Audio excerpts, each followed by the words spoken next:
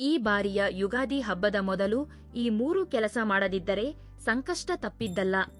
March 19ರ ಒಳಗೆ ಇದನ್ನು ತಪ್ಪದೇ ತಿಳಿಯಿರಿ. ಈ ತಿಂಗಳ ಮಾರ್ಚ್ 19 ಆರನೇ ತಾರೀಕು ಗುರುವಾರ ನಮ್ಮ ಕನ್ನಡಿಗರ ಹೊಸ ವರ್ಷ ಯುಗಾದಿ ಹಬ್ಬ ಬರಲಿದೆ. ಮಾರ್ಚ್ 19ರ ಯುಗಾದಿಯಿಂದ ಶ್ರೀ ಪರಾಭವ ನಾಮ ಸಂವತ್ಸರ ಪ್ರಾರಂಭವಾಗಲಿದೆ. ಯುಗಾದಿ ದಿನ ಮಾಡುವ ಪೂಜೆಗಳಿಂದ ಕೋಟಿ ಜನ್ಮಗಳ ಪುಣ್ಯ ಫಲವನ್ನು ಪಡೆಯಬಹುದು. ಆದರೆ ಯುಗಾದಿಗಿಂತ ಮುಂಚೆ ಅಮಾವಾಸ್ಯೆ ಬರುತ್ತದೆ.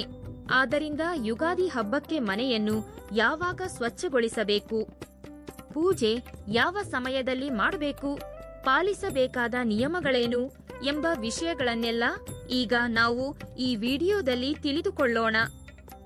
ಈ ನಿಯಮಗಳನ್ನು ಪಾಲಿಸುವುದರಿಂದ ಈ ಹೊಸ ವರ್ಷವಿಡೀ ಆಯುರಾರೋಗ್ಯ ಹಾಗೂ ಸುಖ ಶಾಂತಿಗಳಿಂದ ಜೀವಿಸಬಹುದು. ವಿಡಿಯೋಗೆ ಹೋಗುವ ಮುನ್ನ ಈ ವಿಡಿಯೋಗೆ ಒಂದು ಲೈಕ್ ನೀಡಿ, ಕಾಮೆಂಟ್ನಲ್ಲಿ ಓಂ ನಮಃ ಶಿವಾಯ ಎಂದು ಬರೆಯಿರಿ. ಈ ಹೊಸ ವರ್ಷ ನಿಮ್ಮ ಕುಟುಂಬಕ್ಕೆ ಒಳಿತಾಗಬೇಕೆಂದರೆ ಯುಗಾದಿ ಹಬ್ಬ ಬರುವ ಮೊದಲೇ ನಿಮ್ಮ ಮನೆಯನ್ನೆಲ್ಲ ಸ್ವಚ್ಛಗೊಳಿಸಿ. ಆದರೆ ಇಲ್ಲೊಂದು ಪ್ರಮುಖ ಪೌರಾಣಿಕ ಮತ್ತು ಪಂಚಾಂಗ ನಿಯಮವನ್ನು ಗಮನಿಸಬೇಕು. ಮಾರ್ಚ್ 18 ತಾರೀಕು ಬೆಳಿಗ್ಗೆ 8:25 ಅಮಾವಾಸ್ಯೆಯ ಗಳಿಗೆಗಳು ಪ್ರಾರಂಭವಾಗುತ್ತವೆ. ಅಮಾವಾಸ್ಯೆ ದಿನ ಮನೆಯನ್ನು ಅಥವಾ ಪೂಜಾ ಕೊಠಡಿಯನ್ನು ಸ್ವಚ್ಛ ಮಾಡಬಾರದು. ಸರಿ, ಅದಕ್ಕಿಂತ ಹಿಂದಿನ ದಿನ ಅಂದರೆ ಮಾರ್ಚ್ 17 ಮಂಗಳವಾರ ಮಾಡೋಣವೆಂದರೆ ಶಾಸ್ತ್ರಗಳ ಪ್ರಕಾರ ಮಂಗಳವಾರ ಮನೆಯನ್ನು ತೊಳೆಯುವುದು ಅಥವಾ ಜಾಲೆಯನ್ನು ಹೊಡೆಯುವುದು ಮಾಡಲೇಬಾರದು. ಆದ್ದರಿಂದ ಯುಗಾದಿ ಹಬ್ಬಕ್ಕಾಗಿ ನೀವು ಸೋಮವಾರವೇ ಅಂದರೆ ಮಾರ್ಚ್ 16ರಂದೇ ಮನೆಯ ಜಾಡನ್ನು ಹೊಡೆಯುವುದು, ಮನೆ ತೊಳೆಯುವಂತಹ ಕೆಲಸಗಳನ್ನೆಲ್ಲ ಪೂರ್ತಿಗೊಳಿಸಿ. ಹಾಗೆಯೇ ನಿಮ್ಮ ಬೆಡ್ಶೀಟ್ಗಳು ಮತ್ತು ಬಾಗಿಲ ಪರದೆಗಳನ್ನು ಸಹ ಇದೇ ದಿನ ತೊಳೆದುಕೊಳ್ಳಿ.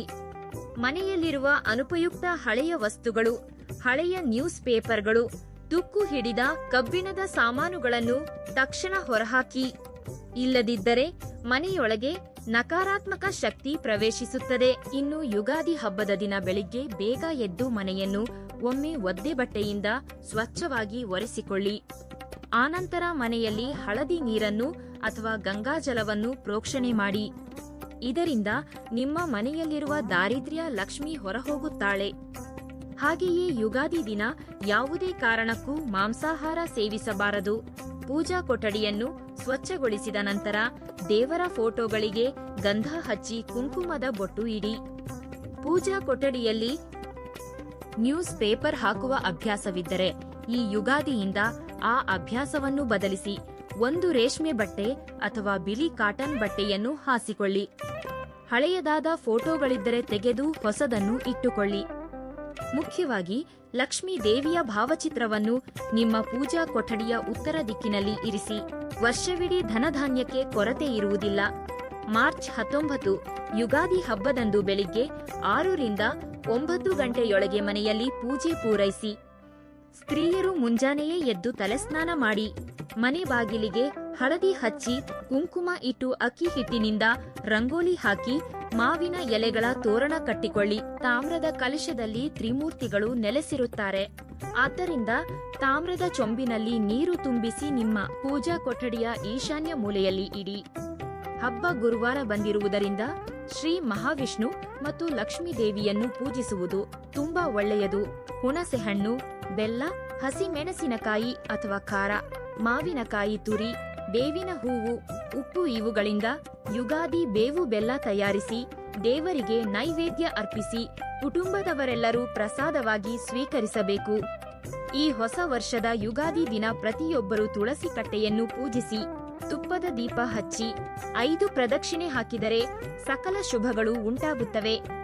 ಒಂದು ಹೊಸ ಮಣ್ಣಿನ ಮಡಕೆಯನ್ನು ಕೊಂಡು ನಿಮ್ಮ ಮನೆಯ ಈಶಾನ್ಯದಲ್ಲಿ ಇಟ್ಟರೆ ಧನಪರವಾಗಿ ಉತ್ತಮ ಅಭಿವೃದ್ಧಿ ಕಾಣುತ್ತೀರಿ. ಸಾಲದ ಬಾಧೆಯಿಂದ ಬಳಲುವವರು, ಪತಿ ಪತ್ನಿಯರ ನಡುವೆ ಮನಸ್ತಾಪ ಇರುವವರು ಈ ದಿನ ಗಣಪತಿಯ ಮುಂದೆ ಕೊಬ್ಬರಿ ಎಣ್ಣೆಯಿಂದ ದೀಪಾರಾಧನೆ ಮಾಡಿ. ವಿವಾಹ ಪ್ರಯತ್ನ ಮಾಡುವವರು ಜಾಜಿ ಹೂವುಗಳಿಂದ ವಿಷ್ಣುವನ್ನು, ವ್ಯಾಪಾರಸ್ಥರು ಕನ್ನೇರು ಹೂವುಗಳಿಂದ ದೇವರನ್ನು ಪೂಜಿಸಿದರೆ ಶೀಘ್ರದಲ್ಲೇ ಶುಭ ಫಲಗಳನ್ನು ಕಾಣುತ್ತಾರೆ. ಒಂದು ಕೆಂಪು ಬಟ್ಟೆಯಲ್ಲಿ ಕಲ್ಲುಪ್ಪನ್ನು ಮೂಟೆ ಕಟ್ಟಿ ನಿಮ್ಮ ಮನೆ ಬಾಗಿಲಿನ ಒಳಗಿನ ಭಾಗದಲ್ಲಿ ತೂಗು ಹಾಕಿ. ನಕಾರಾತ್ಮಕ ಶಕ್ತಿ ದೂರವಾಗಿ ಅಷ್ಟೈಶ್ವರ್ಯಗಳು ಲಭಿಸುತ್ತವೆ. ಯುಗಾದಿಯಂದು ತೈಲಾಭ್ಯಂಜನ ಸ್ನಾನ ಅಂದರೆ ಮೈಗೆ ಎಣ್ಣೆ ಹಚ್ಚಿ ಮಾಡುವ ಸ್ನಾನವನ್ನು ತಪ್ಪದೇ ಮಾಡಬೇಕು. ತೈಲದಲ್ಲಿ ಲಕ್ಷ್ಮೀ ದೇವಿ ವಾಸವಿರುತ್ತಾಳೆ ಎಂಬ ನಂಬಿಕೆಯಿದೆ. ಹಾಗೆಯೇ ಪೂಜಾ ಕೊಠಡಿಯಲ್ಲಿ ವೀಳ್ಯದೆಲೆಗಳನ್ನು ಕಡ್ಡಾಯವಾಗಿ ಇರಿಸಿ. ಅದರಲ್ಲಿ ಸರಸ್ವತಿ ಮತ್ತು ಲಕ್ಷ್ಮಿ ನೆಲೆಸಿರುತ್ತಾರೆ. ಈ ಯುಗಾದಿ ಹಬ್ಬದ ದಿನ ಪ್ರತಿಯೊಬ್ಬರೂ ತಮ್ಮ ಪೂಜಾ ಕೊಠಡಿಯಲ್ಲಿ ಲಕ್ಷ್ಮೀ ದೇವಿಗೆ ಅತ್ಯಂತ ಪ್ರಿಯವಾದ ಲಕ್ಷ್ಮೀ ಕವಡೆಗಳು ಅಥವಾ ಗೋಮತಿ ಚಕ್ರಗಳನ್ನು ಇಟ್ಟು ಪೂಜಿಸಿ. ಸಮುದ್ರ ಮಥನದ ಸಮಯದಲ್ಲಿ ಲಕ್ಷ್ಮೀ ದೇವಿಯ ಜೊತೆಗೆ ಈ ಕವಡೆಗಳು ಮತ್ತು ಗೋಮತಿ ಚಕ್ರಗಳು ಉದ್ಭವಿಸಿದವು ಎಂದು ನಮ್ಮ ಪುರಾಣಗಳು ಹೇಳುತ್ತವೆ. ಆದ್ದರಿಂದ ಯುಗಾದಿಯಂದು ಇವುಗಳನ್ನು ಪೂಜಾ ಮಂದಿರದಲ್ಲಿಟ್ಟು ಕುಂಕುಮದಿಂದ ಪೂಜಿಸಿದರೆ ಸಾಕ್ಷಾತ್ ಆ ಶ್ರೀ ಮಹಾಲಕ್ಷ್ಮಿಯನ್ನೇ ಪೂಜಿಸಿದಂತೆ. ಹಾಗೆಯೇ ಅಷ್ಟೈಶ್ವರ್ಯಗಳನ್ನು ನೀಡುವ ಶ್ರೀಯಂತ್ರ ಕೂಡ ಮನೆಯಲ್ಲಿದ್ದರೆ ತುಂಬಾ ಒಳ್ಳೆಯದು. ಯುಗಾದಿ ಹಬ್ಬದಂದು ಈ ಶ್ರೀಯಂತ್ರಕ್ಕೆ ಕ್ಷೀರಾಭಿಷೇಕ ಅಥವಾ ಜಲಾಭಿಷೇಕ ಮಾಡಿ ಪೂಜಿಸಿದರೆ ನಿಮ್ಮ ಮನೆಯಲ್ಲಿ ಸಕಾರಾತ್ಮಕ ಶಕ್ತಿ ಹೆಚ್ಚಾಗಿ ವರ್ಷವಿಡೀ ಧನಧಾನ್ಯಕ್ಕೆ ಯಾವುದೇ ಕೊರತೆ ಇರುವುದಿಲ್ಲ. ಹಿಂದೂ ಧರ್ಮದಲ್ಲಿ ಯುಗಾದಿ ಹಬ್ಬವು ಅತ್ಯಂತ ಶುಭಪ್ರದವಾದ ಸ್ವಯಂ ಸಿದ್ಧ ಮುಹೂರ್ತವಾಗಿದೆ. ಆದ್ದರಿಂದ ಈ ದಿನ ಯಾವುದೇ ಒಳ್ಳೆಯ ಕೆಲಸ ಪ್ರಾರಂಭಿಸಿದರೂ ಮುಹೂರ್ತ ನೋಡಬೇಕಿಲ್ಲ, ವಿಜಯ ಸಾಧಿಸುತ್ತೀರಿ. ಹಾಗೆಯೇ ಹತ್ತಿರದ ದೇವಸ್ಥಾನಕ್ಕೆ ಹೋಗಿ ಪಂಚಾಂಗ ಶ್ರವಣವನ್ನು ಕೇಳಿ. ಗೋಮಾತೆಯಲ್ಲಿ 33 ಕೋಟಿ ದೇವತೆಗಳು ವಾಸಿಸುತ್ತಾರೆ. ಆದ್ದರಿಂದ ಹಸುವಿಗೆ ಪ್ರದಕ್ಷಿಣೆ ಹಾಕಿ ಬಾಳೆಹಣ್ಣು ತಿನ್ನಿಸಿ. ಲಕ್ಷ್ಮೀ ದೇವಿ ಸಂತೋಷಗೊಂಡು ಕೇಳಿದ ವರಗಳನ್ನು ನೀಡುತ್ತಾಳೆ. ದೃಷ್ಟಿದೋಷ ನಿವಾರಣೆಗೆ ಮುಖ್ಯ ದ್ವಾರದ ಮೇಲೆ ಗಂಧದಿಂದ ಸ್ವಸ್ತಿಕ ಗುರುತು ಹಾಕಿ. ಮುಖ್ಯವಾಗಿ ಸೂರ್ಯ ದೇವರಿಗೆ ನಮಸ್ಕರಿಸಿ ಅರ್ಘ್ಯ ಅರ್ಪಿಸಿ.